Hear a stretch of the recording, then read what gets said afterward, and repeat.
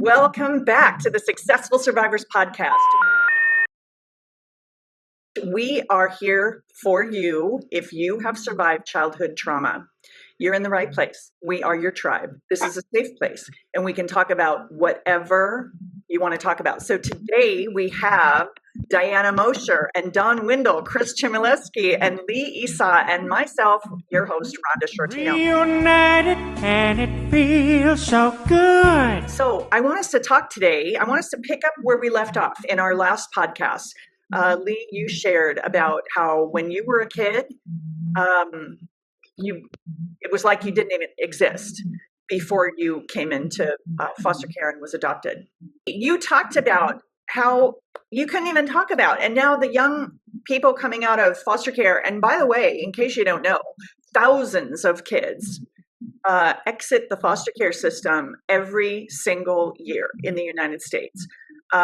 Chris, you're our resident expert, being the publisher of Foster Focus magazine. Tell us about, how many kids age out every single year and how many wind up homeless and, all of that stuff. Can we get serious now? 20,000 kids age out every year. Only 3% graduate from college. I think the numbers, the last I saw, was something like 40% will be pregnant either in or within the first couple of years of leaving care, as far as the female population goes. Homelessness is hard to track. I've heard anywhere from half the homeless are former foster kids to 40%. It varies on who you talk to. The reason that I started the magazine was because when I aged out, there was no resources. I didn't completely understand what had just happened to me, and I needed some facts and figures to kind of help me maneuver. And when I saw there weren't any, I made my own. And 20,000 every year. Right now we're at 450,000 kids in care at the moment, I think. And that's down a little bit from a few years ago, but that's been a steady number since I've had the magazine. It's always been, 425 to 475,000 kids every year in care. And that 20,000 number has been consistent that whole time. Okay, so I had to pick up my phone and do this because I can't do math in my head. 20,000 kids a year. That's 55 kids every single day. Yeah, that's an NFL roster. Okay, 55 kids every single day. And when you think about them becoming homeless, and we know from Vanguard University's Global Center for Women and Justice that within 48 hours of being homeless, a young person is approached by a trafficker. And we know that by the time they're approached by the fourth time by the trafficker, they go. And that's how it starts. And so I always think, okay, so there's all this money, federal money, that goes toward dealing with the homeless crisis, dealing with substance abuse disorder, dealing with criminal behavior, dealing with human trafficking, all this kind of stuff. And I think, well, couldn't you just go upstream a little bit before kids age out of foster care, before they become homeless, before they become trafficked, before the trafficker pushes drugs on them in order to get them to be compliant, all of those things. What if we took all the money that we spend reacting to all of that stuff and put it into the care of kids, foster kids, before they fall off the cliff? 55 of them today. Another 55 tomorrow, another 55 the next day. It drives me crazy. Absolutely mental. Because I was homeless when I was 8 years old. I know what it feels like to be homeless. You're dirty, you're scared, you're cold. You can't really sleep because it's when you sleep that even worse things happen to you. And whatever you managed to take with you gets stolen. So you literally, I'm talking literally, are alone in the world and hungry. So then when the trafficker comes along and goes, oh, hey, you're still here? Nobody's coming around to see about you? Oh, gosh, I bet you're hungry. You know what? I have my lunch. I'll just share with you. And they go. The devil himself could walk up with a burger and fries and you're like, yeah. I think that it's so important for us, the people who have lived through childhood trauma, that we survived it. We've created good lives for ourselves. We're trying to help other survivors who are on the path behind us where we used to be. I think it's important for us to be heard. When I see people who learned what they learned about child welfare in a classroom, then they're the ones who testify before Congress, or they're the ones who are picked up in an article by Time Magazine or USA Today or some national. And I think, wait, hello. How about you actually interview somebody who lived it? So what do you think, Dawn, about talking about lived experience? You work in a youth shelter, so you're with kids all the time. As you were talking, I was remembering that we just had a Labadee Loft. It's supposed to be apartments and for kids aging out. And I thought, yes, this is it. This is good. We're doing this. So, the federal government is the one giving us the money. So federal and state didn't agree. And so now we have to be willing to give foster kids and any other kids who are homeless and at that age. And I said, that's really sad. I said, sometimes you just need to give a certain group something to encourage them, to uplift them, and to just be there for them. And I asked, I said, who all talked to the federal government? Was it people who had lived through this stuff and needed a home and was scared about going out and living on their own and had I had a foster family and it was a nice home as far as physically nice, but I didn't learn how to budget. I didn't learn how to apply for an apartment or medical or any of that. So they're like, well, I don't know. It was the DHS workers. And I'm like, okay. So some of them were lived experience and some of them weren't, because not all DHS workers have lived through that. So I think just lived experience really, you just, like you said, you're always saying you can't get it in a book, right? We can, share stuff that, books don't teach us.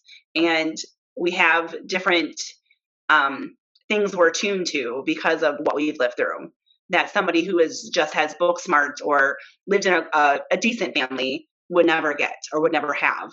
And we see things a little bit differently. So I hear you. And I don't mean to minimize the contribution of the people I call our allies, the people who did have great families and they're sad that we didn't, and they want to help. I love that. I want, we need our allies. The way we find out what's, I hate to say normal because what's normal, but the way, I remember the way that I learned how to behave appropriately in an office. That was my first job. Well, my first real job with a paycheck was in an office. I didn't know how to dress. I didn't know how to behave. The way we do that is by learning from people who learned appropriate behavior and getting along with others. And they learned that when they were 3, from their good, healthy family. So we need those people. Absolutely.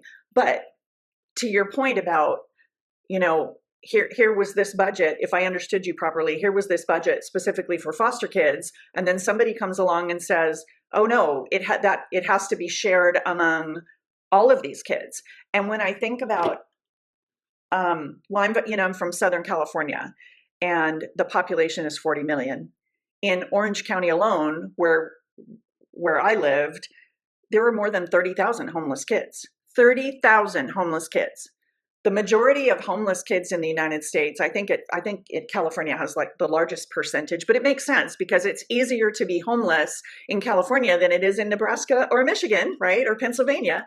And so there's all these kids. Well, I've worked with some of them. I've gone there and I've talked to them, and I've been in the park where they're living, in this one particular area where I lived, and I would go and talk to them. And guess what? Some of them really didn't have super traumatic childhoods. Some of them have run away because they don't want to live by the rules of their mom and dad. Some of them come from gated communities. Some of them are wearing $150 sneakers. Some of them have their earbuds and their iPhone, and their parents are still paying for it. And I think, wait a minute, as soon as you said that, Dawn, I'm like, wait, whoa, taking money away from a foster kid? Because there's a ton of need. I know, Lee, with Foster Haven and Foster Care Closet, you could be handed a budget of money and you could make a life transformational difference in the lives of foster kids who you currently cannot serve because you don't have that money. So and you know me, I'm one of your biggest fans. I want to see you in every state in the United States. So imagine what would happen if you had that budget. But when I think of that budget, is somebody saying, okay, well, you can't just give to foster kids, you have to give to all the homeless kids. And I think about the homeless kids who came from, a nice home, not good family, and the, moms doesn't want them to use marijuana on the weekends or whatever, whatever argument they had about all of that. And I think, wait a minute, if you're not going to give all that money to foster kids and you're going to share it among other kids, then that's money away from kids who have nothing else, no one else. And that breaks my heart. And that's going back to sharing our lived experience. Would that really happen, Dawn? Would that really have happened if successful survivors of childhood trauma had been in the room when that decision was made? I don't know. Yeah. So what do you think, Lee? I just wanted to share a quick story along those lines. I started the foster care closet in Foster Haven privately because the department either was unable or did not see the need for putting any attention on how a kiddo is entering into foster care. What are those first hours experience like for our youth? And it is something that I cannot not think about, from my own personal journey and from being a foster parent for 13 years to over 20 youth. And every single time they show up with nothing. And so I, as the foster parent, was scrambling just to get their basic needs met in those first hours rather than being able to connect with them emotionally. And as a youth that experienced what it was like to not have anything, to lose everything and not have anything, it's just the fiber of my very being. So I didn't wait for somebody else. I didn't ask permission to do what I was doing. I just did. And I think that is a truth that many successful survivors have. They don't wait around for permission to do the right thing. They just go do the right thing.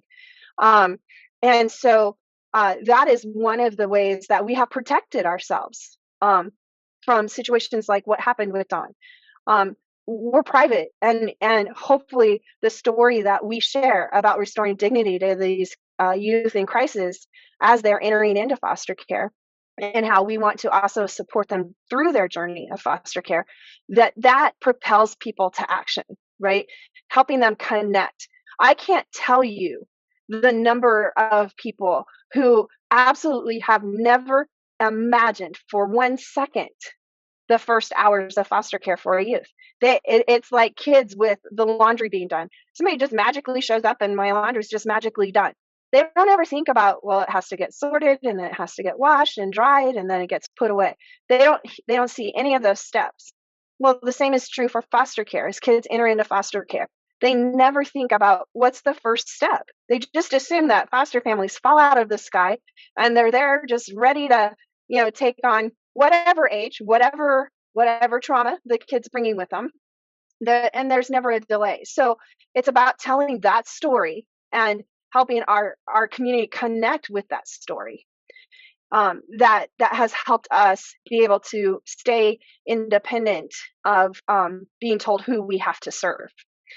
The second piece to that is through our Haven and that concept, we did work with the state of Nebraska, Department of Health and Human Services, to create a space, a soft landing place, if you will, in regards to how those kids are experiencing their first hours of foster care. Now, it isn't in a cubicle at the DHHS offices, right? And so for 10 years, I have been fighting with and I won't say fighting, we have just been in a strong disagreement in regards to how kids in a particular part of our state were receiving services versus kids across the rest of the state. And 2 weeks ago, I made a phone call to one of our department people and I said, I'm tired of telling families that because they live in one particular part of our state, those kids do not have access to the same services everybody else does through our contract with you. And they pushed back and said, well, we just don't have the money, blah, blah, blah. And I said, fine. Can you meet me halfway? Can you help cover the cost for us to provide the clothes? We'll figure out the rest. We'll figure out how we're going to have a space to operate out of. We'll figure out how we'll have people to be there to stand in the gap when these kids need the clothes. And finally, after 10 years, they have finally said, okay, we'll do that. So back to Dawn's thing about people deciding who should receive services or how those services should be delivered. So where we have to, as successful survivors, where we really have to start making some noise is we need to start asking, why aren't you invested in improving the lives of these kids, of these youth? What is it that's holding you back from investing so that we can make, because to your point, Rhonda, change isn't going to come from the people who are sitting there reading the textbooks and with all of the right letters behind their name. Change is going to come when someone like myself gets sick of seeing the same thing that happened 50 years ago happening today. And those are the people we need to be investing in. That's how startups work, right? In the corporate world, a startup goes and gets startup funding. Why can we not view the changes, the design, the purpose even of foster care from within? Why do we keep trying to make it something that somebody who happens to have the right education gets to speak into that, and we're okay investing in that? Right? Yeah, I hear you. I agree 100%. I mean, that's how Foster Focus magazine started. Well, I'm a big fan of Foster Haven. What Lee does, I think it's important. I've been on daises with people with PhDs, and I only have a GED, so sometimes we sneak in. What you're saying is important. The younger kids have a saying, nothing about us without us.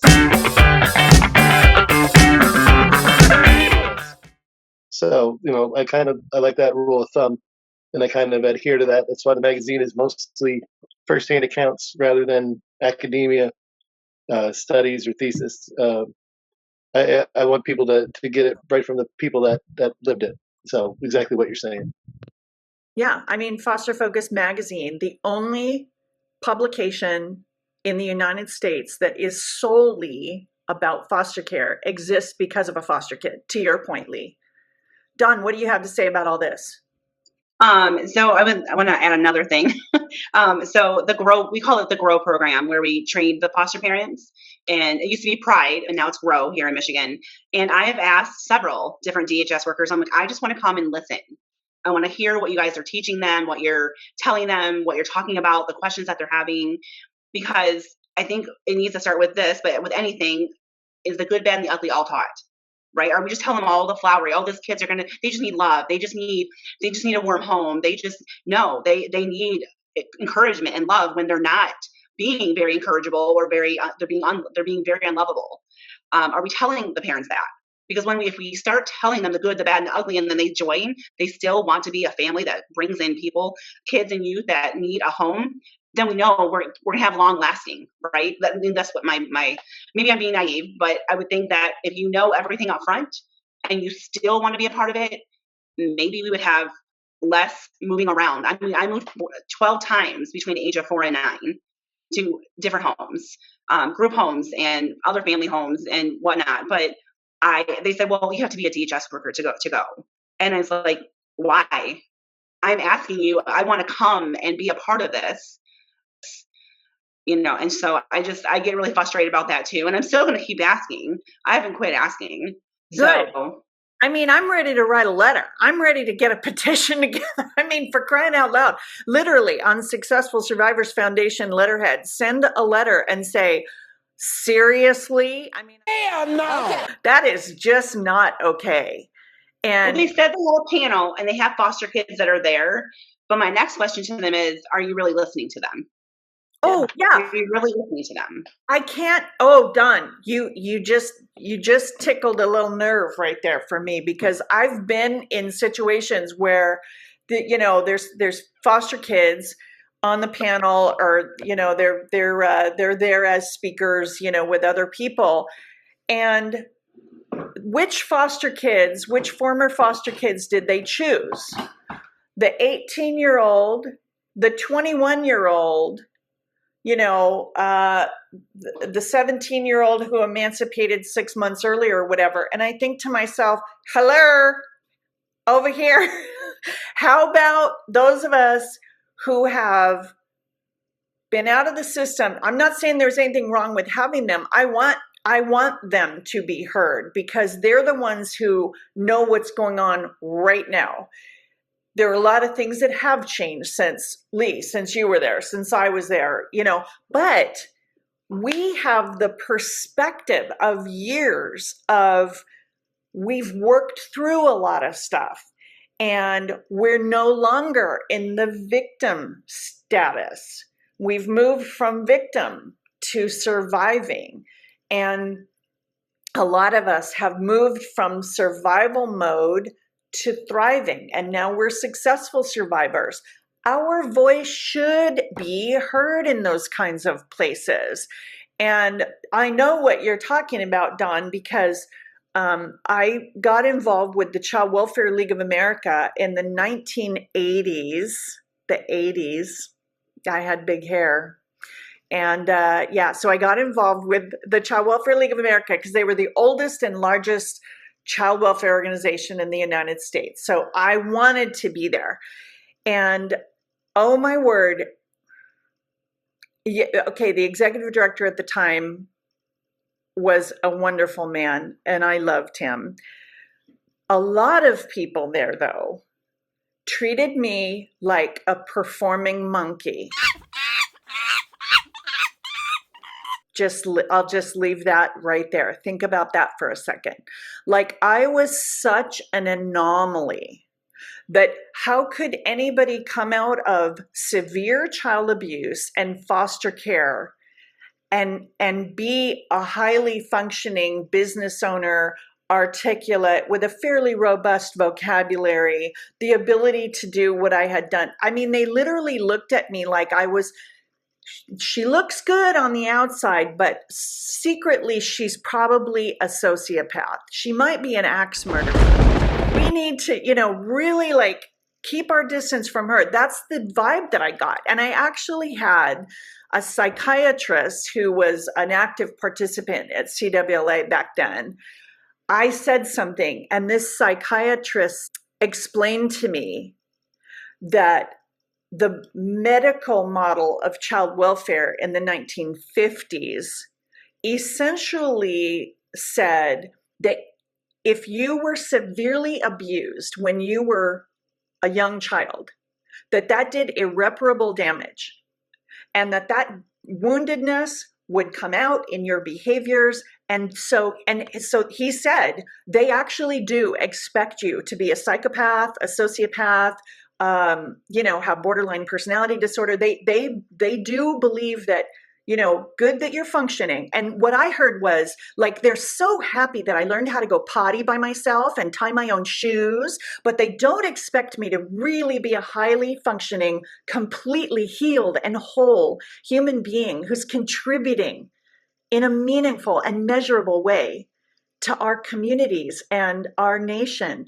And so when you think about people who somewhere that's in the back of their mind, of course they don't want us at those meetings, right? If they really believe that. And I'm not saying everybody does. Everybody does not. But some do, and that's scary. I wanted to touch a second on what Chris had to share in regards to nothing about us without us.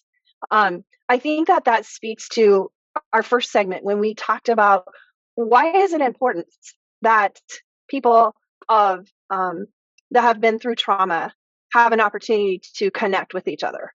That is a perfect example of how change happens, because we have laid a foundation that allows them to speak about the trauma that they have endured and not judged them, not made it their fault for the trauma that they endured. They have the capacity and the strength to stand up and say, no more. You don't get to decide for us or our peers who are coming behind us what's best for us without asking us. And I think I think that there has been so much groundwork laid for this to be a reality for them. And I'm grateful that they're there, because I have 4 that we have adopted. And while their childhood trauma has been minimal, they still have endured it. And there are things that they will have to navigate that is different than my 2 sons who I gave birth to. And knowing that they are going to be able to do that in a manner which allows them dignity, can bring them respect if they do it in the right way, rather than shame and silence, encourages this mama's heart. That's really good. So anything else that anybody wants to add to this whole episode on speaking up? And I love how you put it, Lee, making noise, making some noise about what we've been through and being seen and heard. I mean, that's what Successful Survivors Foundation is all about, is saying, we see you, we hear you, we are you, and we want to hear from people. There's a link in the description that you can reach out to us. You can send us a voice message. There's a place on our website. You can send us a written message if you'd prefer to do it that way. But I don't know. What do you think, Dawn? I was just going to add, Chris, you talked about the statistics, and you're able to rattle those awful statistics up, right? Is there any on resilience? Any statistics on resilience of foster kids and how they're doing and what percentage is actually doing well or not psychotic, right? Like, I think too, like some of those mental health professionals that they're hearing all the bad ones, then what are they, and anybody else, what are they supposed to think about us? They're supposed to think, oh, well, you're okay. Wow. You're one out of all the other ones that don't have, aren't pregnant, aren't in jail, aren't whatever. But what about the resilience, the things that they're doing to thrive and be successful and contribute? Any chance you can do a article on that, Chris? Yeah, I could definitely try. Unfortunately, once we're good out here, we tend to not come back into the system in any form. We just go out and live our lives, so there's no follow up. So yeah, it's an interesting thing to explore. A difficult thing to do to get all those people who are good to say something because they're good. They're not checking in on foster care related stuff. They're settled into their life. So yeah, it gets a little tricky, but it's a great idea. That's a good point. I wonder if we could engage, and Don, I love the question. I think it's a really great question. There's a place called the Resilience Institute. I just recently was a guest on their podcast. And so it's not necessarily about childhood trauma. It's different stories of different people who showed resilience and, whatever their area and issue is. But I wonder if an organization like that, if they would take it on, or the Child Welfare League of America, or Foster Care Alumni of America. I mean, there are organizations that could take this on, and I think it's a really good idea because I think about, okay, like Chris, how you said, well, only 3% of former foster kids have college education. Okay, so we automatically go to the 97% that don't. Well, what about the 3% who do, and celebrating them? And what about when we talk about, okay, 50% is roughly 50% is what I've heard of foster kids who wind up homeless at some point in time. And that statistic is probably comes from more than one place, but the one I'm thinking of is from the Midwest study that followed, I think, over 700 kids over 4 states in the Midwest. And it was a study that took place over years. I think it might still be going. But okay, so if 50% of the kids wind up homeless, 50% are not. And what about the kids who are not? Who are paying their rent or making their house payment, or like they're just they've created good lives for themselves. and they've found their place in the world. And to your point, Chris, I know that a lot of, like for me, before I was sort of outed, I didn't want to talk about it. I didn't want to think about it. I didn't want to go there. I had to live through it. I didn't want to talk about it. And to me, it was like reliving it. I didn't want to bring it up. And then I wound up living a whole life about all of this issues. So, I didn't do a very good job of keeping it all under wraps. But I love your idea, Dawn, of really looking at the people who have dug deep and found that resilience. Hey, Rhonda, I know we're trying to wrap up, but I kind of wanted to just leave this as a thought for those who are tuning in, and that is, I think you touched on it, that we have, and Chris has touched on the fact that we have a whole group of people who are successful survivors, but they don't want to go backwards. They don't want to go back into what brought them to be a successful survivor. So they may not even be paying attention to foster care issues, but they may stumble upon something like this podcast. And so what I would like to do is just leave our listeners with a thought of, what can you do to change the narrative of foster care and how it's perceived in your circle of influence? So to Dawn's question, are we promoting people who have been successful? Are we intentionally lifting them up? Or do we also fall into the same trap of, it's easier to sell the sad story than it is to promote the positive one? So I just want to leave listeners with that thought and challenge them to think about something they can do to change the narrative of foster care. Ooh, Lee, that's really, really good. Yeah. Because I know there are people who have sort of admonished me for talking about successful former foster kids under the umbrella of, if we talk too much about successful former foster kids, we're going to lose our funding for this program and this program. And like, people won't think it's as urgent and important as it is to invest money into this. And it took me by surprise the first time I heard that, because I'm the biggest advocate, I think, one of the biggest fans of investing in foster kids before they are homeless, before they're living in poverty, before they're trafficked, before they're addicted, before, horrible things happen. Because we know lots and lots of research has been done about victims of violence often are victimized again and again and again. And it's not like it's this weird sort of random series of coincidences. It's, okay, if you were abused by a violent person when you were little, that's your normal. And you go into toxic relationships with violent people because it's normal, even though it's terribly painful. A lot of people do that. And that's how we perpetuate child abuse. And that's how we perpetuate domestic violence and all that kind of thing. So victims will be victimized again. Survivors will survive. And if we invest money into the lives of kids while they're in care, we can, I think, with the voice of survivors weighing in and sharing the wisdom that we've acquired along the way, we can help them to create and be responsible for the creation of their good lives when they exit care. I just think that we might have something valuable to add to helping kids in what you're doing, like with Foster Haven.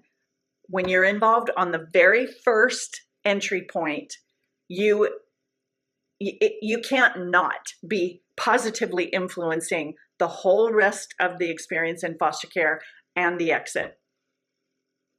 I think we have a lot to say. Anybody have anything to add before we sign off on this one? All right. Thank you for being with us. We want to hear from you too.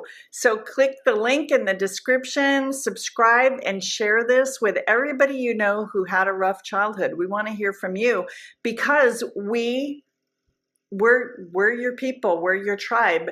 We 100% believe that you acquired wisdom and abilities and character traits along the way as you survived whatever you went through. And we want to hear about it, because what you know for sure can help other people. All right, see you next time.